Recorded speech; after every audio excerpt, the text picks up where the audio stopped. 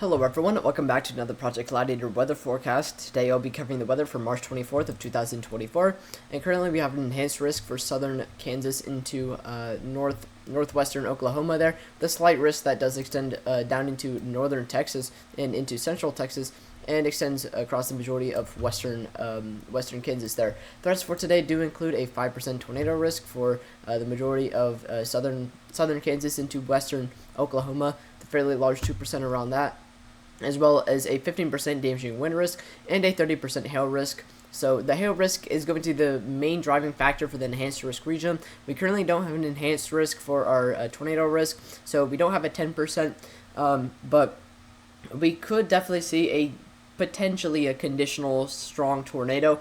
However, the threat for that is fairly low, but a conditional strong tornado is definitely possible, and that's a possibility that we are watching for, and I will explain that to you in today's forecast. For tomorrow, we do have an enhanced risk for western Mississippi and Louisiana there, as well as another marginal threat for western Iowa into northwestern Missouri there, which I likely will not cover tomorrow. Threats for tomorrow do include a 10% tornado risk with a hatched area, meaning that we may be able to have the potential of a strong tornado across this region. And I'm probably not going to cover this in today's forecast, but I definitely will have a forecast on this tomorrow. Threats outside of our tornado risk for tomorrow do include a 30% damaging wind risk and a 5% hail risk, and that's going to be the main thing for our marginal threat up north is a 5% wind risk and a 5% hail risk. For our day 3 outlook, we do have a dual marginal threat again, one for Indiana down into central Kentucky, and a marginal threat across southern Alabama into the Florida panhandle there. And then for day 4 today outlook, we currently don't have anything issued, but we are definitely watching for the potential of severe thunderstorms upcoming. Taking a look at our WPC outlook, starting off with our excessive rainfall forecast. For today, we do have a marginal threat for Oklahoma into northern Texas there, into western Arkansas, where we could see the potential of some isolated flash flooding. However, the threat for flash flooding is not really that big. For tomorrow, we do have a fairly large slight risk for southern Missouri, Arkansas, majority Mississippi into parts of southern Tennessee and western Alabama there, where we could be watching for the potential of some scattered flash flooding. And then for our day 3 outlook on the 27th, we are watching for a slight risk that is currently issued for southern Georgia, southern Alabama, and the Florida panhandle there, with a marginal threat that extends up into eastern Tennessee. And then for our winter weather forecast, we do have a blizzard that is currently impacting, with quite a big risk for some very heavy snowfall across a lot of the northern half of the United States and the Midwest. This is a result of that blizzard I was talking about. I will go over this probably towards the end of this forecast. So if you are interested in that, then timestamps are in the description, as well as the timeline on the bottom of the video. For tomorrow, we are going to continue to see that blizzard progress across the northern half of the United States, extending down into Nebraska, where we could potentially see snowfall totals that may reach greater than 4 inches across the majority of the northern central plains and Midwest. And then for day 3 outlook on the 27th, we are going to see that blizzard continue to exit the United States, but we are going to see the potential of some heavy snowfall for Minnesota there. Taking a look at our weather models, starting off with our 500 millibars like we usually do. Sorry, that's kind of a mess right now. There's warnings all over the place, especially with that blizzard up north, and a severe thunderstorm watch, as well as 2 tornado warnings currently ongoing. So storms have already convected along that dry line, and I am going to try and quickly explain everything to get this video out quickly.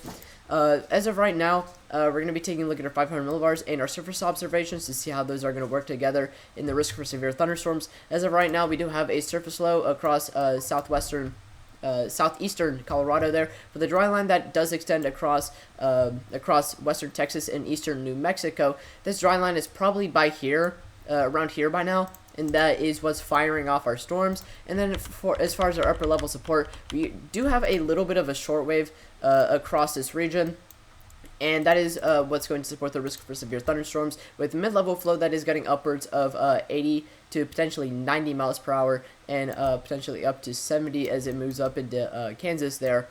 So definitely a lot of upper level support there. Taking a look at our 700 millibars and our low-level jet to get an idea of our directional shear and how that's going to affect the risk for our tornadoes across this region. We definitely have a pretty decent low-level jet across this region, especially as of right now, with a low-level jet that at 700 millibars, upwards of the mid-50s to the upper 40s miles per hour in 700 millibar flow, and then that is extending down into our 850 millibars as indicated by these not shaded but these unshaded contours across the low-level jet. So we definitely have a pretty deep and a pretty beefy low-level jet. Should definitely provide us with quite a lot of directional shear and should definitely support a tornado risk across this region.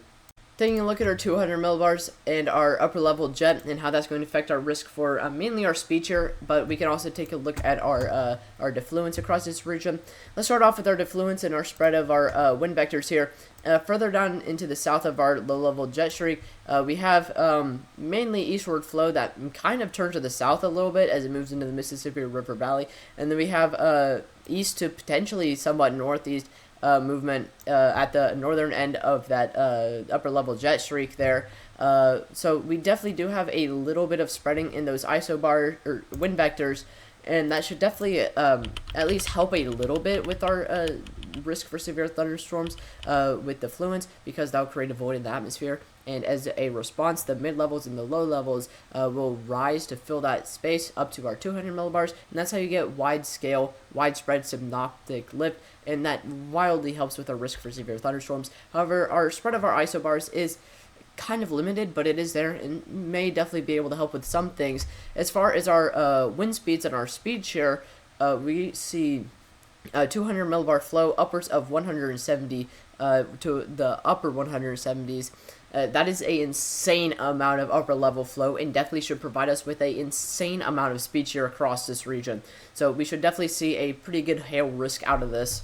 Taking a look at our directional shear and our storm relative velocity to get an idea of our tornado risk with regards of our instability, which we will look at later. So keep in mind we still have to look at instability. We are definitely seeing quite a lot of directional shear come out of this. Across the central Oklahoma region, we are currently experiencing storm relative velocity values around 300 to potentially 400 meters squared a second squared of storm relative velocity. The storms that are currently ongoing are probably interacting with storm relative velocity values that are around 200 meters squared a second squared, but that is still definitely sufficient for the potential of tornadoes across this region. We should see our directional shear continue to increase with time to potentially around 400 meters squared a second squared by 7 p.m. and that will continue to increase to an insane amount as it moves into eastern Oklahoma and eastern Kansas. However, we are likely not going to see all that much of a risk for severe thunderstorms continue that far east, because it mainly comes down to how skinny our warm sector is and how little our instability is, and I will show you that on our instability values. And then further south, I am watching for the potential of tornadoes further down south, because we have a ton of storm relative velocity down here as well, potentially getting upwards of 700 to 600 meters squared a second squared. So across this entire region, we definitely have pretty sufficient storm relative velocity values for the potential of tornadoes across this region. And across Kansas, which is where my friend JaxonWX is currently positioned for storm chasing, we are definitely working with quite a lot of storm relative velocity here as well, with values upwards of 600 to 500 meters squared second squared of storm relative velocity. So across this entire region, shear should not be a problem. Taking a look at our 0 to 6 kilometer bulk shear, which is mainly our speed shear, to get an idea of our hail risk across this region. Storms are currently experiencing speed shear values are probably getting around 60 to 50 to potentially 70 knots, which is definitely fairly decent for our hail risk. However, as our 200 millibar jet kind of turns to the northeast a little bit, we should see a little bit more speed shear further up north, especially with how strong that 200 millibar jet is.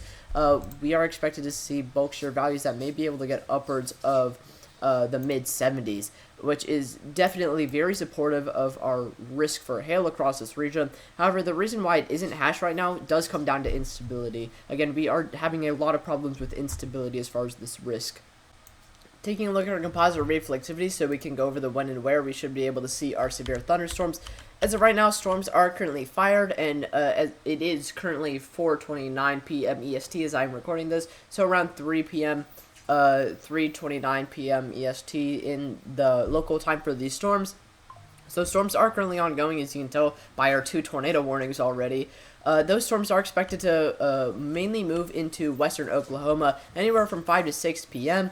And notice, as a general radar analysis, we definitely have quite a lot of discrete cells along that dry line, which may organize into a cluster eventually as it moves into eastern Oklahoma. However, due to instability being so weak, there may not be all that much fuel to really support that much combined or widespread convection, so it may keep cells pretty isolated. So we should definitely see those more isolated storms continue into Oklahoma as the afternoon, into the afternoon, and then across Texas here, we are expected to see a line of storms along that dry line that are going to rapidly fire between one frame and another frame. They are immediately extremely robust thunderstorms with big hail cores around 11 p.m. to midnight, so 11 p.m. Local time. So I'm definitely watching that because I am kind of concerned about that. That has kind of been trending, and based on how quickly those develop into very robust storms, I am kind of concerned on how they may play out. So I will definitely be watching the southern portion down into Texas there. However, further up north into Kansas, it's kind of hard to tell really. Into Kansas, it's a little bit more of a flip of the dice or a flip of a coin than it is across Oklahoma, because we may get a little bit more storm felicity by storms kind of wanting to move a little bit more to the north. So we may get a little bit more vorticity across this region. However, instability is still a very big issue, and it does look very messy on our simulated reflectivity. And then for our another portion of our radar analysis, there's currently a lot of rain showers ongoing, and those are expected to continue to move eastward and may even combine eventually with some of the remaining thunderstorms that may weaken into the very early morning of tomorrow. I'm overall not too sure how that's going to affect our risk for severe thunderstorms. However, I'm thinking it may cool down the atmosphere, may lead to less instability, and may make storms a little bit more elevated. So again, you can already tell, and we haven't even looked at instability. Everything is so conditional right now. Taking a look at our dew points, this was a really big hitter as far as the risk for severe thunderstorms across this region and the conditionality of the risk. I'm going to switch to our categorical real quick. But dew points, again, are very, very conditional and is leading to the conditionality in our instability. As of right now, we are probably seeing dew points that are probably around the 40s, the low 40s to the mid 40s, the upper 40s to low 50s potentially, but mainly around the 40s, the mid 40s across this region, which is terrible for storm development. And you can see our dew points increase. However, that is likely a result of rain-cooled air and more moisture being introduced due to rainfall. But overall, our dew points are kind of bad. Our warm sector is really bad. Up into Kansas, we are seeing dew points are getting into the low 40s, not the low 40s, the upper 40s and the mid 40s, which is kind of hard to form a dry line with those moisture values, and especially with dew points that are up to the 50s. The low to mid 50s further into Oklahoma. I'm kind of honestly surprised we have all that much of a dry line ongoing because of how weak our moisture content is. And then as we move further south, we are expected to see dew points that may be able to get into the upper 50s and the low 60s, which may be able to lead to a little bit more better instability, and that line of storms across Texas that I am going to be watching is going to be affected by dew points that may get into the low 60s, which is definitely fairly decent, may lead to probably better instability than further up north. So overall, our instability is very lackluster, as a result of these weaker dew points.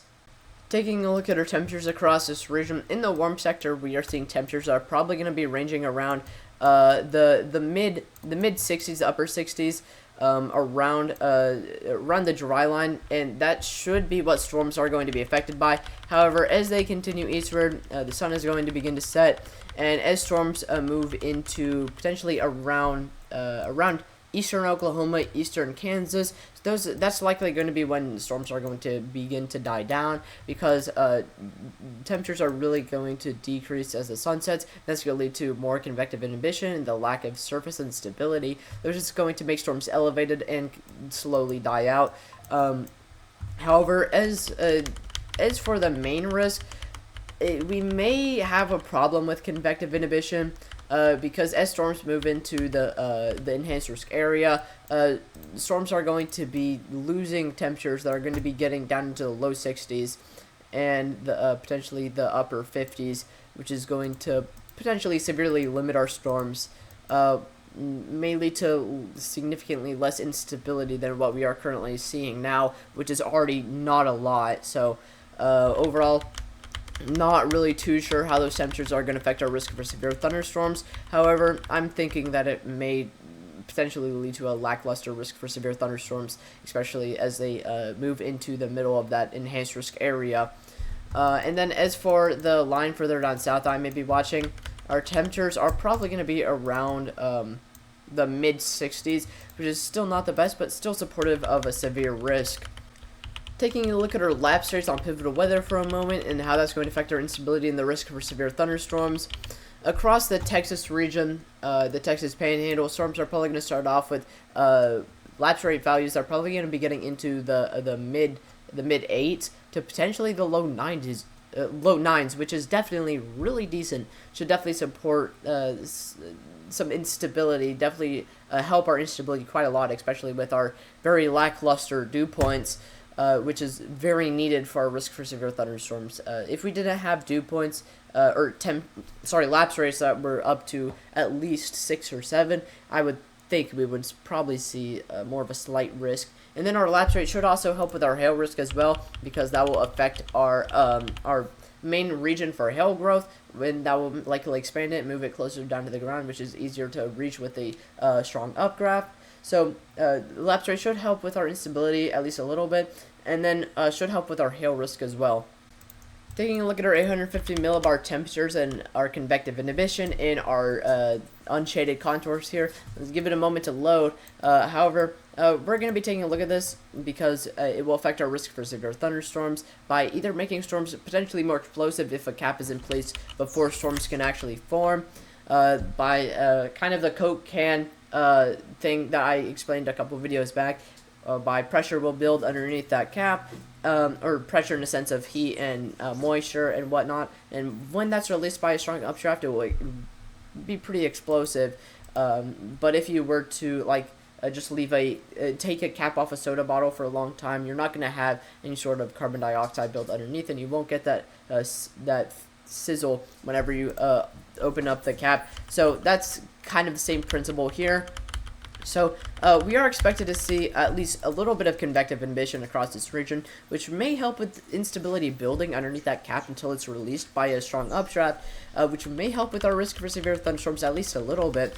However, as far as storms in the future, we may be potentially a little bit more limited, as convective inhibition is going to rapidly increase as the sun sets, and that's probably why our storms are probably going to be a little bit more limited as they move further east, because we're going to have a narrow window for storm development before convective inhibition increases and surface instability it becomes extremely lackluster to support surface-based storms, and storms begin to die out because of the lack of surface heating and the introduction of convective inhibition across this region. So convective inhibition is definitely going to play a very big role in the risk for severe thunderstorms today, especially with our instability. Taking a look at our most unstable cape to culminate everything that we've looked at, that's going to affect our instability. I'm going to stay zoomed in here, and I'm going to try not to touch my scroll wheel because Radar Omega wants to have a seizure whenever I am scrolling for some reason on this model. But as I was mentioning, our instability is going to be pretty lackluster, especially with our very lackluster dew points. With K values that may not even breach 1,000 now. We should see at least a couple pockets that may be able to get up to 1,000. However, that's going to be very limited and very hard for storms to work with, especially to support a tornado risk. However, regardless, it should be able to support a damaging wind risk and the potential for hail, especially with the amount of speed shear that we have across this region. But it's the reason why our hail risk isn't hashed right now, because our instability is so weak. We're not going to see a really strong updraft that may not really support significant hail, but we should definitely see a pretty good risk for hail across this region, especially with that speed shear. And then up into Kansas, a lot of the same thing is going to be expected with potentially a little bit more lackluster instability, but may be able to get upwards of the 120, 1,200, 1,300. There may be a little bit more better instability further up north, and that may lead to potentially a better risk for severe thunderstorms further up north. But overall, across this entire region, it does look like our instability is going to be very limited, and that's going to lead to a very limited risk for severe thunderstorms across this region. However, the other parameters are definitely very clear at suggesting the potential of at least a couple of tornadoes across this region, potentially a strong one, some hail, and some damaging winds. Taking a look at our surface instability and how that's going to affect the risk for surface-based storms and our tornadoes, it does look like the majority of our most unstable cape is expected to translate down to our surface, which does mean that storms are probably going to be surface-based and going to be able to support the risk for tornadoes. But regardless, if we didn't have surface instability but strong most unstable cape, we're still going to see the potential for hail and damaging wind gusts across this region. However, we are expected to see a lack of surface instability as storms move out of the warm sector into more central and eastern Kansas and Oklahoma, which is going to potentially a little bit more of a risk for hail and damaging wind gusts as they move further east. But even though, regardless, our surface instability is going to be still as limited as our most unstable cape, I may be underestimating our instability a little bit. However, we should definitely still see the risk for tornadoes across this region, potentially a couple of tornadoes, especially with the amount of shear that we have across this region. I'm definitely not saying that we shouldn't see a risk for tornadoes across this region. I'm just saying that our risk for tornadoes is going to be fairly conditional, especially for the potential of maybe a isolated strong tornado. Again, it's going to be extremely conditional for the potential of a strong tornado, but we should definitely see at least a 5% risk for tornadoes across this region. I think the SBC did do a very good job at mainly keeping it as a 5%. Taking a look at our ZOTA's 3-kilometer instability and how that's going to affect the risk for severe thunderstorms across this region, mainly our tornado risk. We are expected to see some fairly decent 0 to 3-kilometer instability across this region, with values that may be able to get upwards of the mid to upper 100s. And what that will do is that will allow for any surface vorticity at the surface to be pushed into the vertical by strong updraft, and that should definitely help with our tornado risk across this region. However, I doubt it's really going to compensate that much for our lack of strong most unstable cape, but we will definitely watch this because we definitely have quite a lot of decent 0 to 3-kilometer instability across this region. Taking a look at our composite model, starting off with our energy helicity index values to get a look at our tornado risk across this region. We definitely have some fairly decent energy helicity index values across this region, getting up to around 2, getting up to the mid 2s, the upper 2s as well. But our energy helicity index values aren't connected as we would like to see for at least a 5% tornado risk. But they are definitely supportive of at least a 5% tornado risk across this region, and definitely fairly supportive of tornadic development. However, further south, we are seeing much greater energy helicity index values that may be able to get up to 4 and 3, and even down into southern Texas up to 5. Which may even be able to get up into the low 6 and the upper 5s, which is definitely really supportive of the potential of tornadic development, and is half the reason I'm going to be watching that line of very robust convection across Texas. is because we definitely may see a tornado risk come out of that. It really all depends, but I definitely think we could get a tornado risk come out of this, especially with how strong our energy helicity index values are further down south, and how quickly and rapidly our storms develop on models. So I will definitely be watching that southern mode. Taking a look at our wind gust models and the potential for damaging wind gusts across this region, I'm going to continue to try not touch that scroll wheel because I've already made that mistake multiple times while recording this. But we are definitely expected to see the potential of some scattered wind gusts across this region with wind gust speeds that may be able to get upwards of the low 50s, the mid 50s. We can definitely see wind gusts that may be able to get upwards of 50 miles per hour with some of the storms that we may see across this region. So damaging wind gusts is definitely a pretty real risk across this region. Taking a look at our meso-analysis hail parameters, mainly our large hail parameter, focusing on the storms that are currently ongoing as of right now. Our hail parameter, our large hail parameter, does have at least an 8 for some of the storms that are currently ongoing, which is definitely supportive of the potential of hail across this region, and that should continue eastward as storms continue eastward with that. And then as for our hail size, we don't really have anything on our hail size just yet. As far as our hail percentage, we do have a 5% that it does extend up into the Oklahoma Panhandle, northern Texas, and western Kansas there. And then for our other hail parameters, and mainly our significant hail, we do have a 1 for our significant hail parameter, which is still supportive of the potential of large hail across this region. So again, we are definitely watching for the potential of large hail across this region. We shouldn't see significant hail. That's probably mainly out of the question, especially with how weak our instability is. But again, we should definitely see the potential for hail across this region. Taking a look at our potential for very heavy snowfall across the U.S. this week, this is going to be the last thing I look at before our before the outro. We are definitely expected to see a lot of heavy snowfall across the U.S. today and into tomorrow as well. In the region where we currently have a lot of blizzard warnings overlapping a risk for severe thunderstorms, which I find kind of funny, we are seeing snowfall totals that may be able to get upwards of 8 to potentially 10 inches across the region where we do have our blizzard warnings.